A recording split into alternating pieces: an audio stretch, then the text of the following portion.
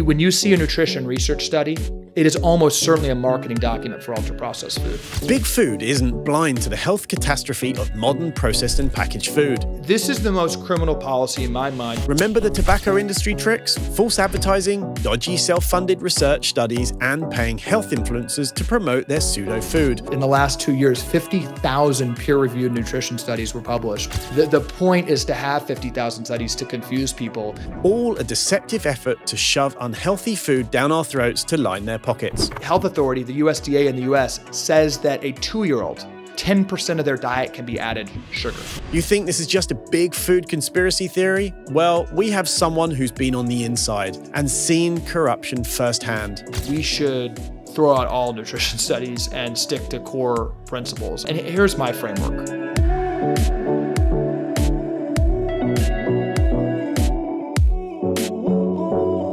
Welcome to the Health Optimization Podcast. I'm Tim Gray, the UK's leading biohacker.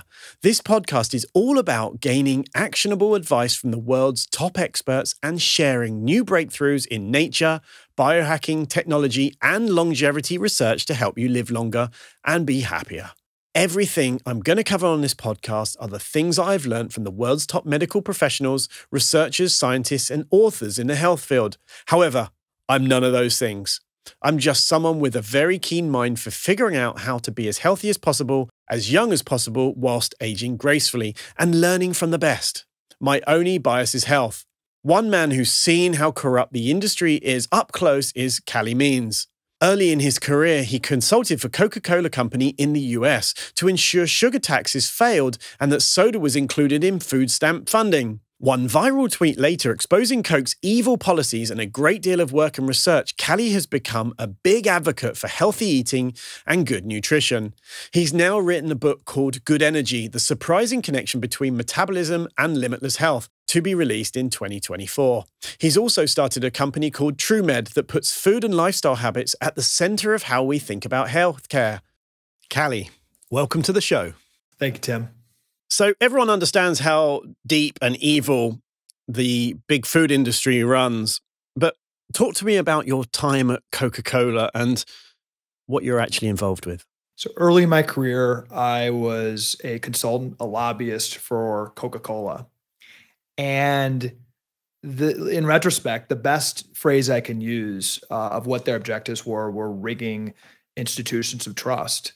It really is this simple that food companies and their allies, pharma companies, are some of the largest contributors to TV news ads, to research institutions, to civil rights groups, to politicians, working around the conference table for Coke, for the American Beverage Association, for other big food companies.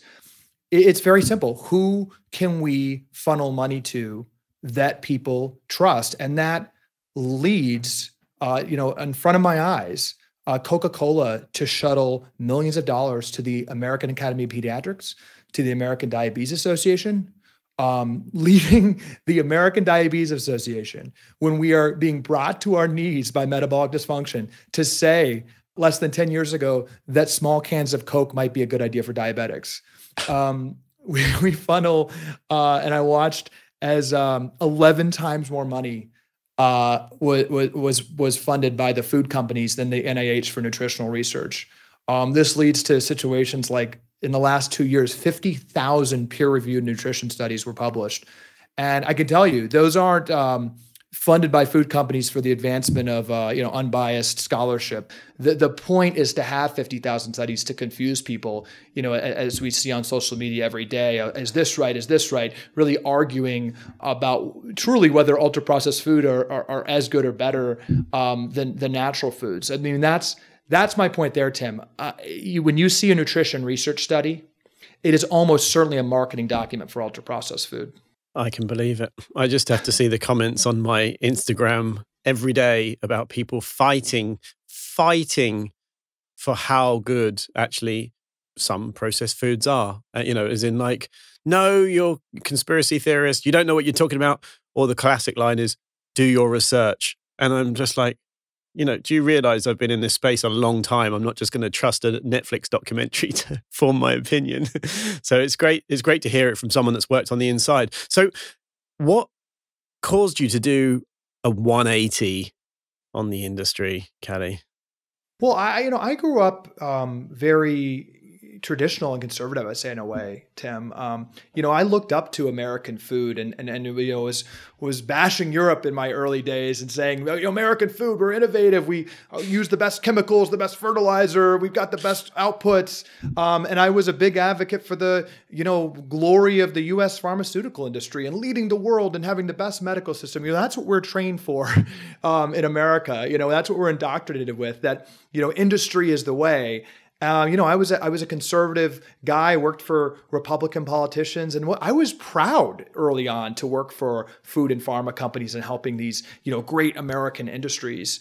I got out of that, got more into entrepreneurship, and I think I had situations that many people face. I had some situations in my family. So my sister, also very success driven like me, our family, psychologist needs to unpack that, but we wanted to get up the chain of the traditional industry. So I was going up politics, and my sister was at Stanford with me, and she was the smart one. She went to medical school, top of her class, Stanford Medical School, head and neck surgeon, crushing it.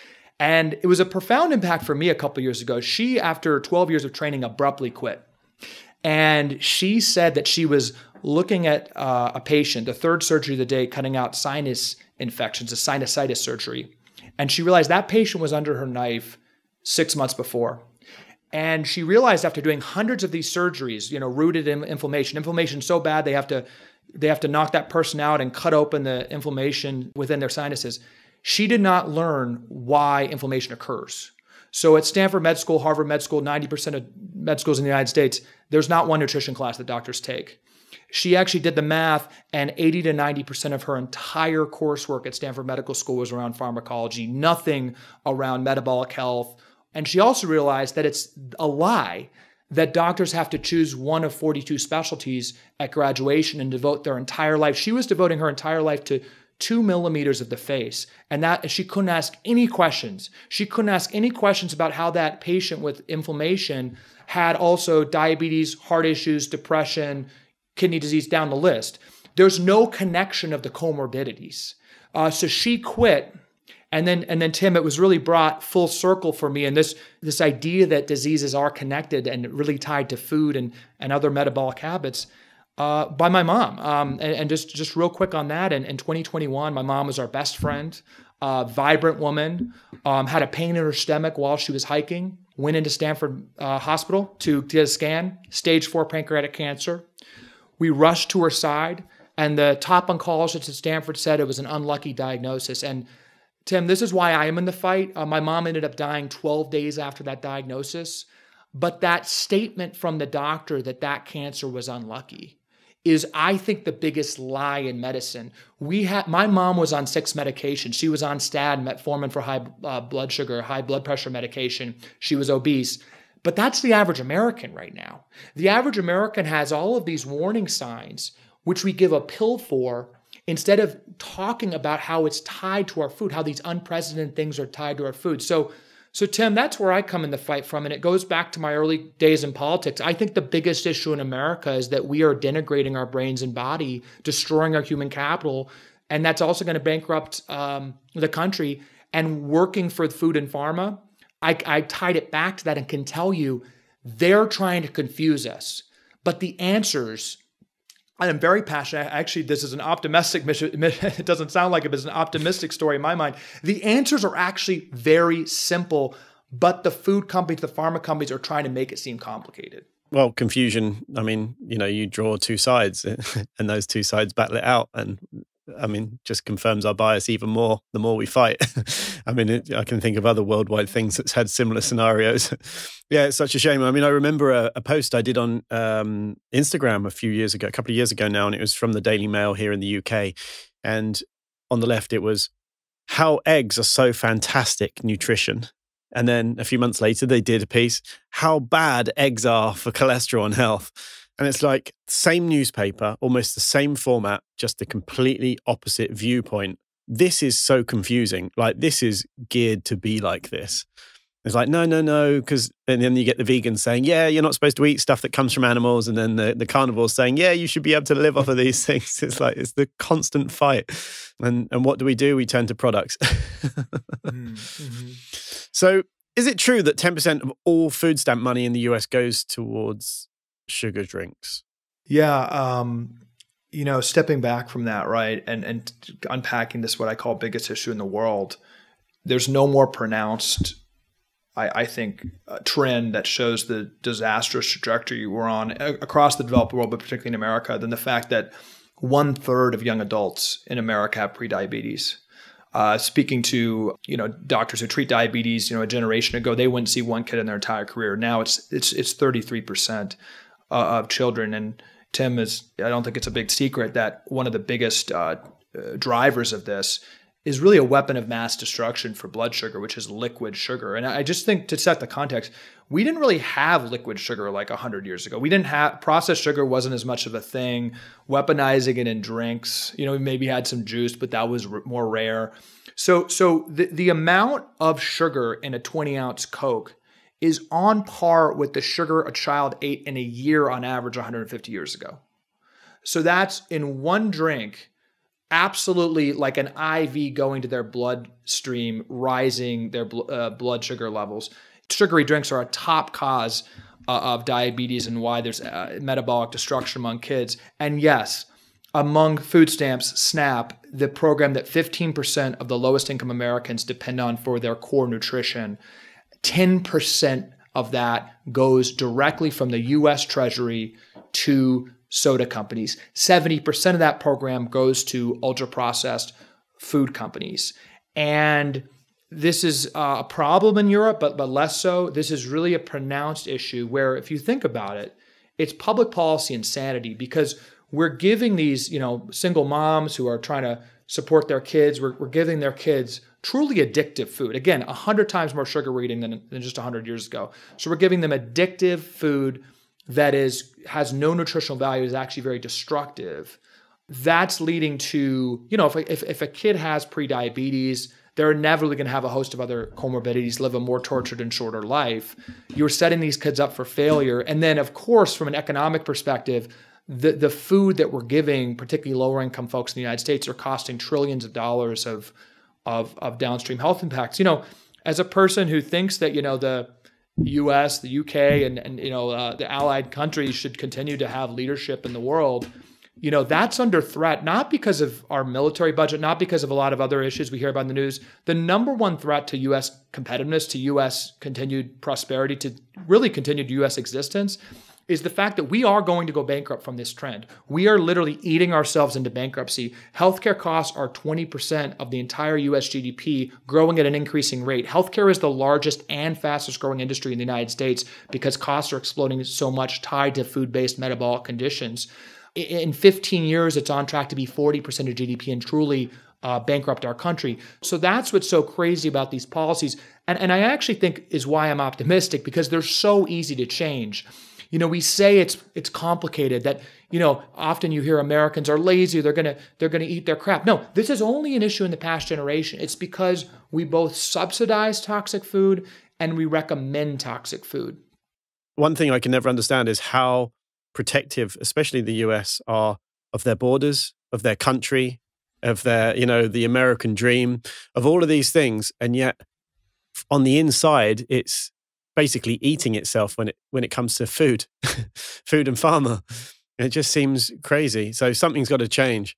So you said sugar is addictive. Would you class it as a drug? Yeah, and I think folks we both follow and have had a huge impact on me.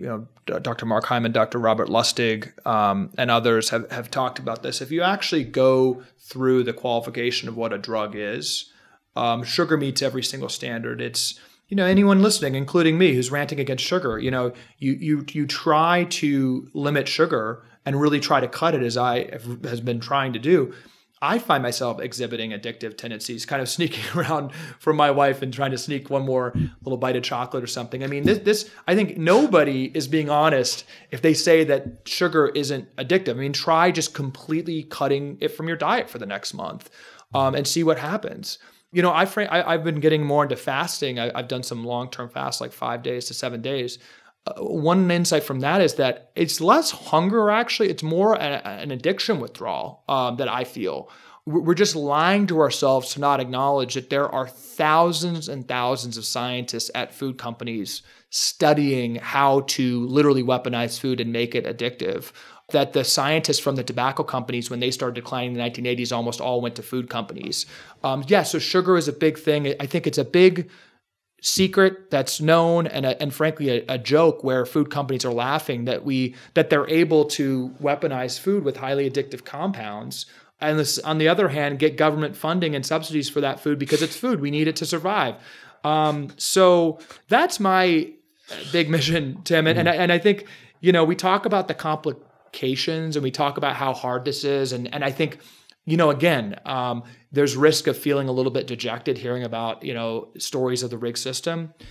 Literally, if tomorrow our medical leaders, the head of the NIH, Dr. Fauci, the head of Harvard Med School, if they said that we have a national emergency with metabolic dysfunction, particularly among kids, and then we should have a national effort, not to ban sugar necessarily, but to really get it out of the kids' mouths and get it out of kids' foods, and adults, we would transform the country. We would transform health in the country. So sugar is obviously culprit number one. And we'd transform the country if we could cut that by any percentage. I mean, you only have to, a friend of mine told me this in the industry. He said, my kids don't have a lot of sugar, but when there's an Easter egg in the house and you hide it, they will turn the house upside down, inside out, and destroy everything looking for this chocolate egg. That's how addictive it is. It's like proper drugs. And it's like with that viewpoint of kids tearing the house apart, it's pretty obvious, isn't it? Well, I've got a young son that's really inspired me on this. He's almost 2, and it almost makes me angry. It almost makes me tear up to see kids and how pernicious it is with sugar. I went to Stanford undergrad, ostensibly a lot of smart people, and they have this retreat center out in Tahoe that we spent a week there this summer with 150 Stanford grads. And they all, everyone had kids. And Stanford was serving at this nice kind of family function to the kids all week. Reese's Pieces to 1-year-olds. There's just big candy bowls in the child care center. Again, this facility run by Stanford, staffed by, and I'm just like, if this is what's happening here, not a question. I mean, we were the only weird parents I could see that were like, no, don't eat those Reese's Pieces to our kids. That's just a little over 1. It's kind of like ridiculous and almost funny, but it's like, it truly is tragic, right? Mm. It's tragic what's happening. You go to the birthday parties and you talk about drugs. These kids are little meth heads. They look like they're losing their minds, right? You take that candy away from them, they're having literal mental breakdowns. So this is happening en masse. And my thing, kind of what I try to bring to it, Tim, and working in politics and now engaging with a lot of lawmakers on this, and this my sister and I's life work, is those people at Stanford, those people, the parents at every birthday party giving their 2-year-olds a bunch of sugar. Not just every birthday party, every event kids get together on. I think it's wrong to say this is a treat. This is happening every day among kids. They're listening to government guidelines. That's the key thing to understand. So actually, in many countries in Europe, because the U.S. actually forces through research partnerships and in order to get funding for nutrition grants, they actually put leverage on Europe to have some of the same nutrition standards. But in the U.S. and by extension, many European countries, the health authority, the USDA in the U.S. says that a 2-year-old, that 10% of their diet can be added sugar. So this is the most criminal policy in my mind, and probably one of the most deadly policies and expensive policies in the United States, and it also carries over to Europe, is that we actually say not just regular sugar, not just fruits. That doesn't even include fruits or any natural sugars. That is added sugar, 10%. Now that USDA guidelines that created that, 95% of the academics on that panel were paid for by processed food companies and or pharma companies. So that's what I used to do. We find the most influential food researchers and we funnel them money and then say, oh, no, they're independent. We didn't have any influence in them saying that 2-year-olds should eat sugar. So the day that the USDA, again, not even getting into a ban, but just saying we strongly think that sugar for kids is bad. It's similar to cigarettes. It's similar to, then people follow medical experts.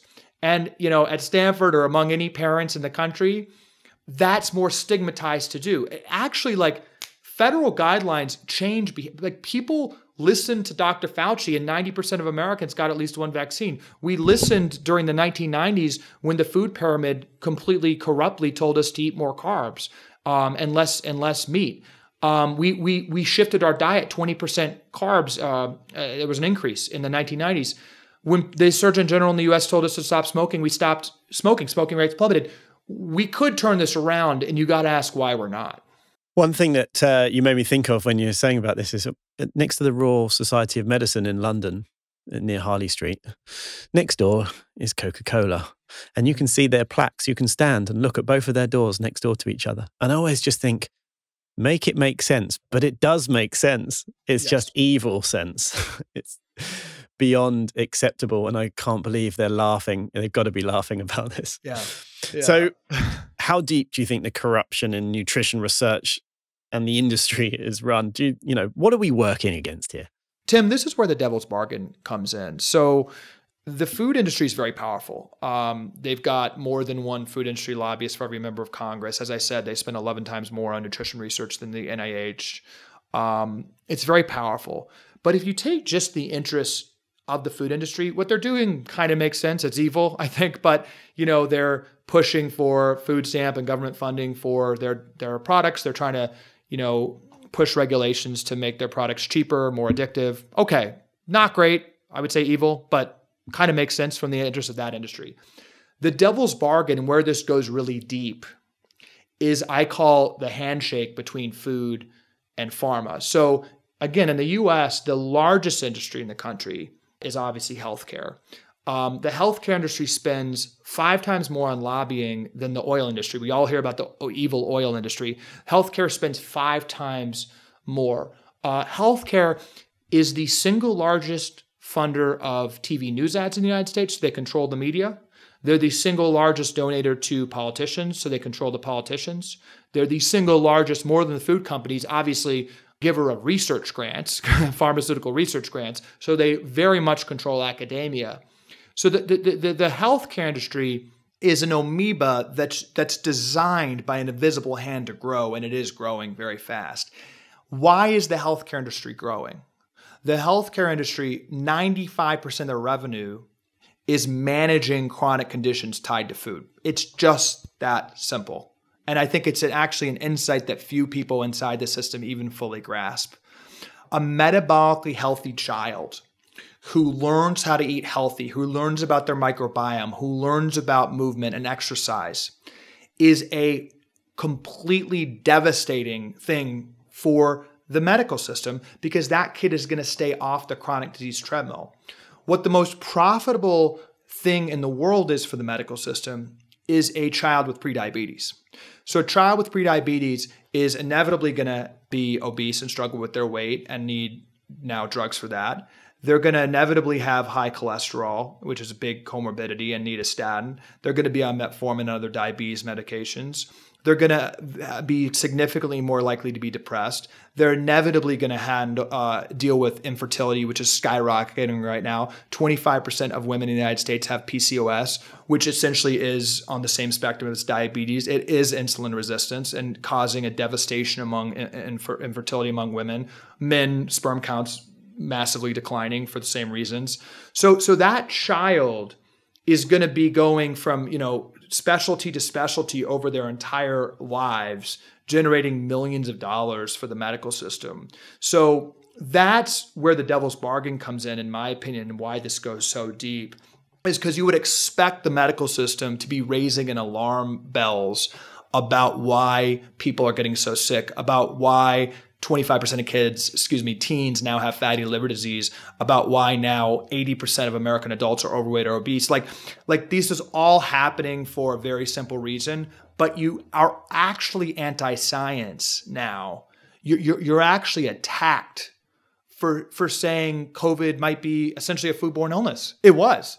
But you didn't die of COVID if you were metabolically healthy. You're anti-science for saying that the way to resolve obesity is through eating and healthy behaviors and exercise. You actually have the lead obesity doctor at Harvard now saying that obesity is genetic and it's a brain disease and it's not following the science to say that it's tied to diet or lifestyle. You actually, that's what you get where you have the medical system just washing their hands of why people are getting sick and only focusing on managing disease once people get sick. That's where this all comes into play.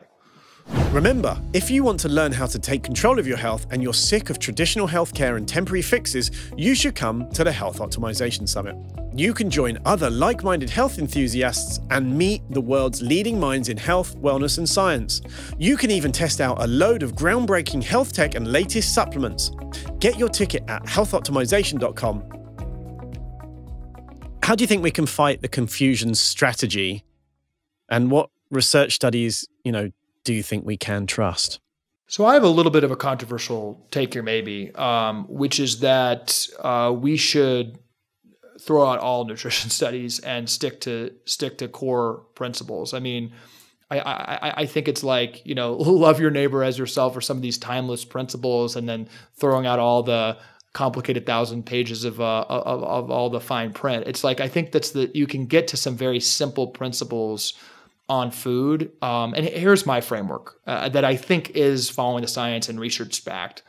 If you have an acute issue, or your child has an acute issue, if you have a complicated childbirth, if you have a burst appendix, if you have a gunshot wound, if you have an infection that's going to kill you imminently, the modern medical system is a miracle. Most medical miracles we can think of are mostly solves for acute issues that would kill you right away. What happened is post-World War II, we shifted, realizing that it's more profitable to manage chronic conditions. And we've gone from 0% of the medical budget in 1950 being for chronic. Now, as I said, it's about 95%. And that has been an absolute failure.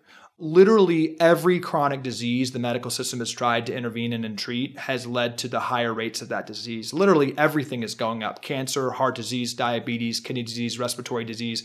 As we spend trillions of dollars to treat these conditions, they're all going up. It's been a record of uninterrupted failure. So I believe is following the science to actually question your pediatrician, question your doctor when they're talking about giving you a statin, when they're talking about what your kids should eat, when they're talking about how to intervene in chronic conditions.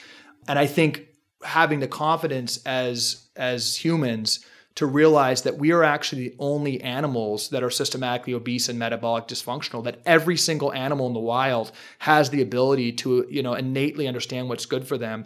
And they're not, giraffes in the wild aren't facing chronic obesity or diabetes epidemics. I think the big problem actually is that we're reading too many studies and not frankly, just like following common sense. And the common sense, Tim, I think it's just to take 3 ingredients out of your diet, in my opinion. The foundation of the American diet is 3 things, which is processed sugar, highly processed grains, and seed oils. Those are the top sources of American calories, and they're all ingredients that were invented less than 120 years ago that our body isn't biologically made to eat. And if you literally just cut those 3 ingredients, you are almost forced to eat unprocessed food.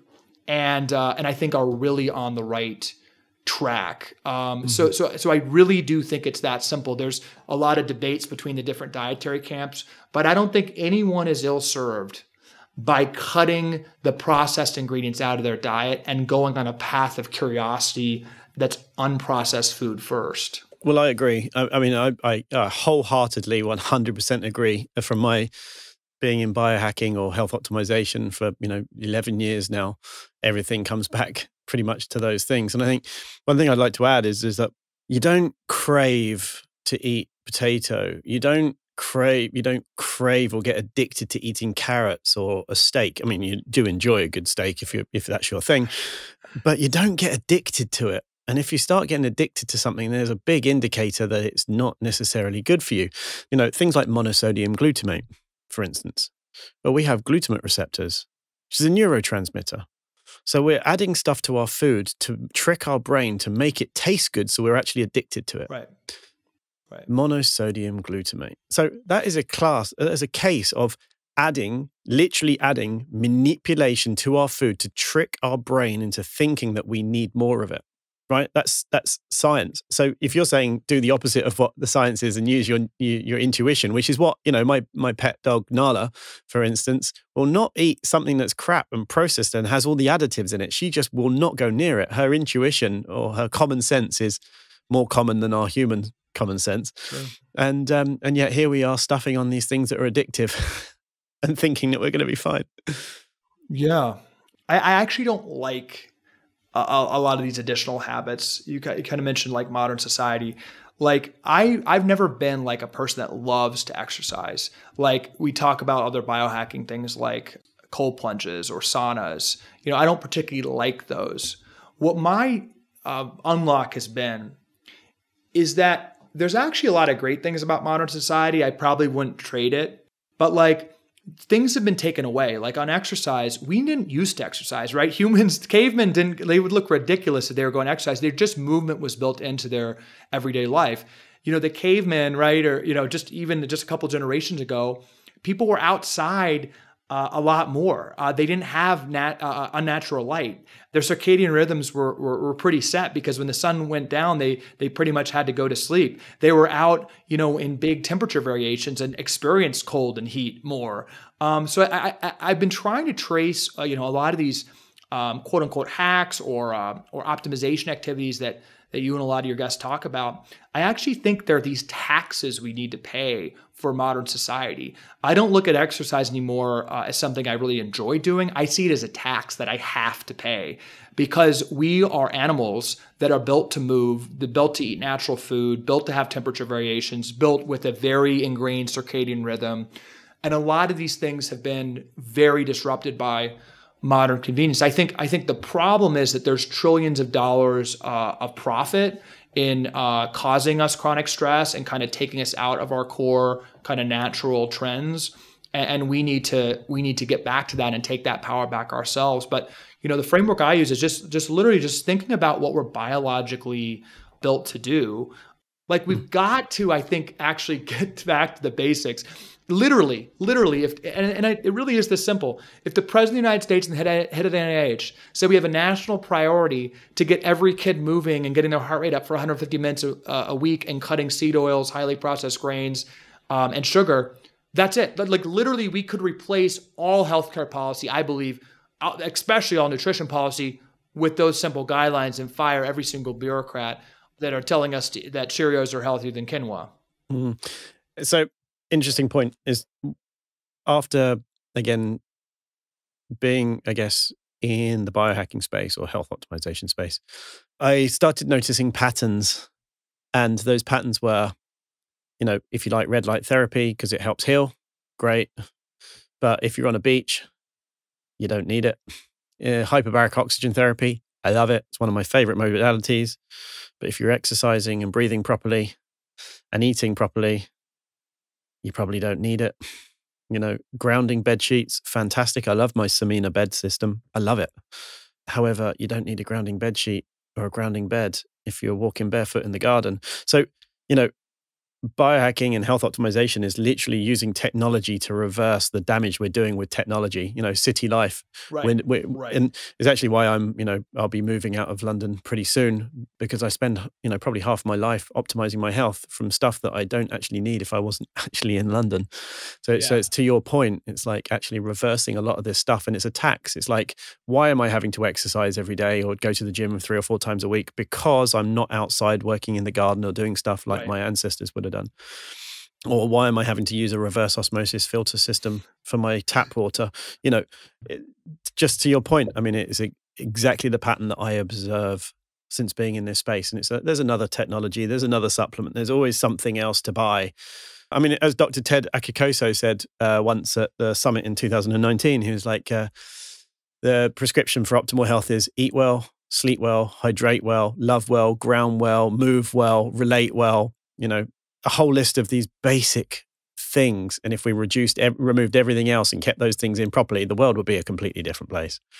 So I just want to move on. So outside of metabolic dysfunction, what's the connection between sugar, poor nutrition, and suicide? I think this is one of the least understood and most important dynamics in health, Tim. You look at high schoolers now, high school seniors in the United States, 40% of seniors qualify as having a mental health disorder. Suicide is now the second leading cause of death among young adults. I think one of the most astounding statistics during COVID was that 25% of young adults in the United States contemplated suicide, according to the CDC. Obviously, this is multifactorial, but we are absolutely, I think, being blinded from this core concept that our brain's connected to the rest of our body. Our brain produces 20% of our energy. I think it's 3% of our weight. And metabolic disorders like heart disease, diabetes, are highly related to mental health disorders, which makes total sense because there's cells in our brain. And when those cells are malfunctioning, bad things happen. I mean, organs are made of cells. Cellular dysfunction is metabolic dysfunction. That's what it is. And it just shows up in a manifold of ways. When we have cellular dysfunction in our liver, we get liver issues. In our skin, we have skin issues, right? It's the same thing with our brain. And there's groundbreaking research. And you ask what the good research to trust is. It's like, I think we all need to be critical thinkers. But I do think Chris Palmer at Harvard and some other folks that are tying metabolism to mental health disorders, I mean, he's made the bold statement, and this research hasn't really been challenged much, that many mental health disorders and brain disorders are essentially metabolic problems tied to the energy in their brain. And I just think that really shows you how this siloing of medicine has really become the norm, and it's such a lie. I mean, we think that the psychology is really, the result of an imbalance of pharmaceutical products in our brain, to where 25% of women right now in the United States are prescribed an antidepressant, which is a stat that's hard to wrap your head around. Not even weighing in on whether antidepressants are good or bad. The fact that 25% of the women in this country are taking a product every day that fundamentally numbs you out from reality is a big dynamic. I think it's clear, just based on logic and the research, that how you're powering your body, how you're moving, how you're managing chronic stress and connecting with other people, how you're practicing daily habits to manage chronic stress and manage the inevitable trauma of life. Those are the metabolic factors, right? The metabolic factors are food, movement, sunlight, which sets our circadian rhythm and has huge impacts on mental health, chronic stress management, sleep. These are the inputs of everything, especially with our brains. And it's criminal that doctors aren't taught that, and frankly, kids aren't taught that. Something that I have a personal interest in recently is neurotransmitters and gut health and depression, anxiety, OCD. Not for me personally, but for, people in my family. And mental health has always been a big thing for me. I have, nearly 20 years in psychology behind me. It's only, in the last year that I really realized, after seeing a friend of mine's organic acids test, to see that the neurotransmitters and amino metabolites were basically misfiring. And, this person had mental health issues. It was almost bipolar, I would say, and went between, anxiety and depression and OCD. It's like, when you look at how those neurotransmitters are basically misfiring, no wonder. And when you take out the processed food, you look at the gut bacteria profile, you optimize the microbiome, add a little bit of meat back into the diet because they're mainly plant-based, and it's amazing how differently that person becomes.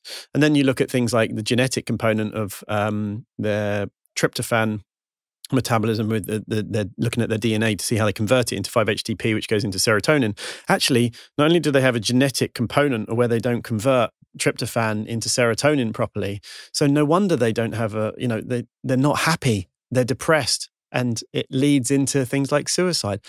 If only you could go to the doctor and say to him, I've got gut issues and I'm depressed, and him say, okay, let's test your microbiome, instead of saying, here's some Prozac. This is, I think, one of the most important trends of the next 10 years is you're hitting on. 95% of serotonin is based in your gut, is made in your gut. Let's just stop and just understand that. It's so counterintuitive. The core hormone that regulates your contentment. And just to level set on how important serotonin is, if you took a drug that dysregulated your serotonin, anyone would be suicidal. Like, this is such a pronounced, you can manipulate serotonin and it will change anyone's mood. It's what regulates your mood. 95% is created in our gut. Okay. And we are pummeling our gut, right? With these three ingredients I talked about: sugar, highly processed grains, and seed oils. These are things that our bodies are literally not made to eat. Our guts are not made to process. It's causing havoc, right? It's causing absolute havoc on our guts. And then everyone is getting depressed. I mean, I've been on a big rant about Ozempic, and Ozempic basically is gut dysfunction. I think it's problematic for Ozempic to be the public policy kind of standard of care for obesity, which is clearly caused by food. But even taking that aside, there's highly problematic side effects coming out. The EU is actually launching an investigation because there's a pronounced increase in suicidal ideation of people that take Ozempic. I actually, early on, about 7 months ago, was debating a Harvard obesity doctor on Barry Weiss's podcast. And I said, there's no question you're going to see an increase in suicidal ideation because it's literally the drug is gut dysfunction. That's what it does. She said that's ridiculous. She started questioning my credentials and said that she's seen nothing of that. This Harvard doctor did not demonstrate an understanding that the gut is tied to serotonin and tied to mental health, and said that out of hand, that's a ridiculous assertion. Now the EU is investigating it. The connection between serotonin in our gut and mental health is, I think, an absolute unlock.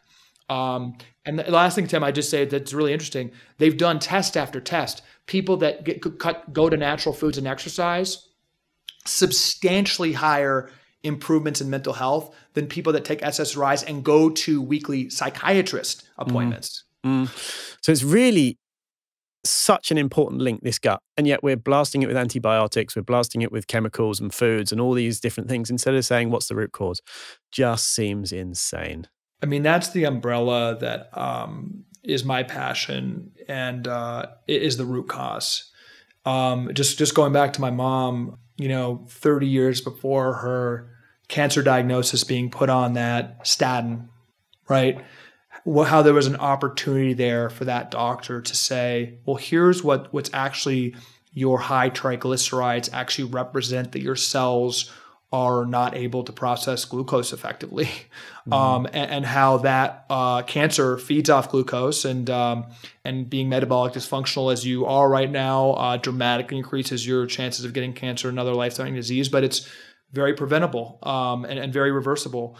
How they missed that opportunity for her, on the high blood pressure medication, on the metformin for the fasting glucose, along the whole trail. And I think it happens with infertility. My mom actually had trouble with infertility too. It's like, that's probably a metabolic disorder. And then, that person's much more likely to be depressed, and the depression consult, okay, take a pill.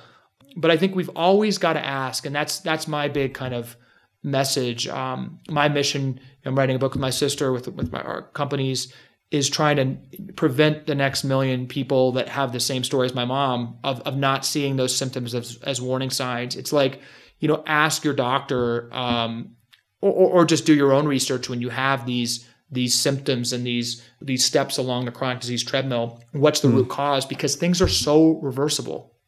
Okay, so where do you stand on diet tribes, such as, veganism, carnivore, et cetera, et cetera?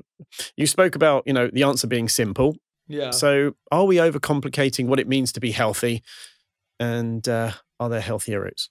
So many folks that, have been on your show and your network and are out there on social media have impacted me a lot, and I think are doing great work. But I do think there's an incentive within the quote unquote, health influencer ecosystem for people to have their own kind of lane and to have a provocative, and, I try to be provocative too, right? To have a provocative talking point, a provocative angle to bash vegans, to bash carnivores, whatever. So yeah, I do think there's this incentive almost to be inflammatory and go into different tribes. This is how I look at it. We are not able, as as humans by the conditioning of the, I think, powers that be to differentiate food, whether it's vegetables or meat, into its individual components, the individual nutrients, and how those nutrients help us. That's what my sister and I really, our book is a lot about. She used to be a raging vegan and now is very passionate about pasture-raised meat. Let's take meat. The difference between a grain-fed beef and grass-fed is night and day. The omega-3 to omega-6 contents are completely reversed, making it, the grain-fed more inflammatory. Cows aren't made genetically to eat GMO grain. That was never a thing. That's not what they're genetically made to do. It completely changes the dynamics of that food that eventually goes into our bodies. Then take Beyond Burger. Beyond Burger is GMO soy smothered in canola oil. Right, that was sold to us as healthy. So we can't okay. So is a cow that's been out in the field, that's been eating bugs, that's been eating grass, that's been raised the way it's genetically made. That's worse. By the way, out there in a regenerative field, carbon neutral. Actually, if it's raised in the correct way, the way it's made to be raised, is that worse than inflammatory canola oil smothered, with glyphosate laden pea protein? So that's my framework. It's brilliant you say that, because my next question was actually, what do you think about regenerative farming and the different types of meat, which is quite interesting because I'm in the same mindset actually. I follow Diana Rogers, Sustainable Dish on Instagram, who wrote the book Sacred Cow with Rob Wolf. And I'm a firm believer in regenerative farming and eating grass-fed organic meat wherever possible, but not stressing if I can't, from time to time. Actually, I did a post on Instagram yesterday, was debunking about what it is to be vegan, and I have so much hate saying, Tim, you kill animals to eat them. It's like, but do you realize how many animals actually get killed from pesticides? And if you're eating plant-based, there's no deathless food. And it's like, at least you can do is pick the best you can, regenerative or grass-fed, wild roaming, whatever you can, do the best you can. And if everyone tried to do that shift, just even 1%, how much of an impact that would have on the world and our health on top of that. So it's just such a strong argument. So what's your stance on oat milk? Break everything down into its components. So you look at oat milk, it's grains, right, that are processed, that convert into sugar in the blood, mixed usually with added sugar, and then mixed with literally like canola oils in there. You look at Oatly, it's like, I actually did a thing where I actually measured out how much soybean oil is in, or canola oil is in, one carton. You're like literally just taking a shot glass and drinking straight canola oil. So this is why I say that the simplicity, and I'll just share my journey. I know many people listening are on this journey. If you start with the basics and start with, cutting those unholy trinity of ingredients I talked about, or, really just getting to natural foods, or just start with the principles, I'm going to get my heart rate up. I'm in an accountability group with a couple friends, and we have to pay each other if we don't get our heart rate up for 180 minutes a week. It's like, if you start with those basics, you inevitably go on a path of curiosity to optimize. I've actually gone more on the carnivore side recently. I find that makes me feel good. I kind of buy actually that there's a lot of bad chemicals potentially in a lot of the, that frankly our crops are compromised. Quite frankly, if I was in Europe, I'd probably do something different. But I'm experimenting, right? And I know that's been your journey. And I just think everyone has that ability, starting with the basics and then experiment. I'm experimenting now on optimizing my exercise. But the key was, for me, who's had trouble, I think, keeping that habit, is just starting with the basics, starting with 180 minutes. So yeah, for me, it is every single thing. Don't look at it as marketing. Don't look at it as a package. Look at what the ingredients in that item are. What is beef actually made out of? What vitamins and minerals are on that vegetable? Is that vegetable organic and not sprayed with glyphosate?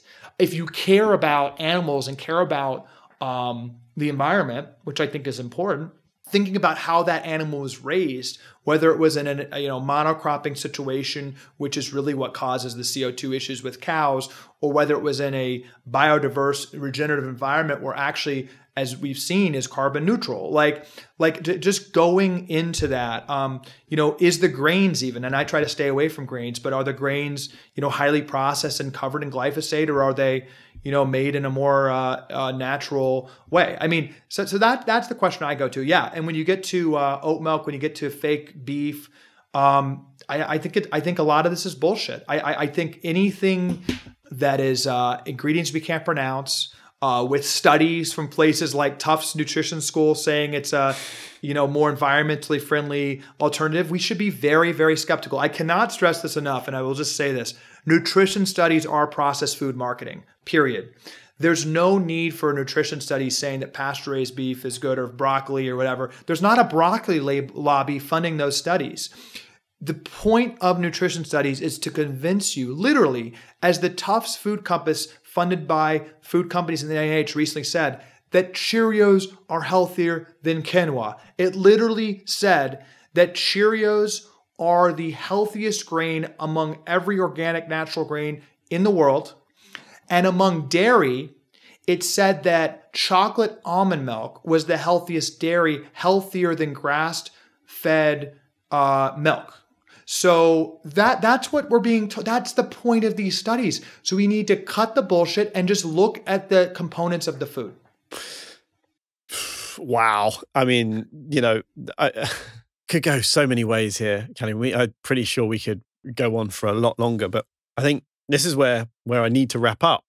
What takeaway about, no pun intended, what takeaway about big food would you like to leave with the listener? How can they avoid being gaslit and throw out the research papers and get tools to choose the right foods for their health? I think what's happened to the American people in food is actually at its core a spiritual crisis and has taken us away from our bodies. I think that we're called anti-science for asking, questions of our pediatricians or, really kind of understanding what we're putting in our kids' bodies. I think this has been an unprecedented power grab by a really powerful industry to keep us, frankly, sick and addicted, which is what we're becoming. I think that every American being on a path of having more awe and curiosity for what they're putting in their bodies is a root of happiness, both for not feeding your body poison and also just for becoming more connected with our environment. I think it's the key to environmentalism. I think actually understanding that what's happening to our soil is impacting what we're putting into our bodies, and that a tomato raised in America today has 80% less nutrients than a tomato 60 years ago because of how we're destroying our environment and our soil. It's really the connection between everything. And I think the US government is negligent for not having every American on this path of curiosity and more appreciation off of what they're putting in their body. So I just think this path your listeners are on, it's a bottoms-up revolution. It's being talked about in your podcast. It's being talked about in Joe Rogan. It's being talked about in the most popular books in the country. People are, biowearables. There's a revolution happening where we are using food and I think an understanding of what we're putting in our bodies to cut through the top-down bullshit that we're hearing, and an understanding that it's central. So that's a message I hope to put on to my kid. I mean, our young son is I actually think a root of so much is having awe and curiosity and a lifelong journey about understanding what you're putting in your body. And it's just a lot more than eating healthy. I think it's a path to happiness and meaning. Calley, it has been amazing to spend some time with you and to dig into some of these areas. And it's a topic clearly important to both of us. And I think, health optimization starts pretty much with this point. Everything else we can talk about on this podcast with many other guests, it comes back down to these fundamentals that we've covered today. And I think food is the most common, the common trigger for the health issues that, so I'm really happy to have explored this with you today. And, I'm really looking forward to seeing you at the summit next year. I can't wait to see you, Tim. All right, it's going to be a highlight of the year.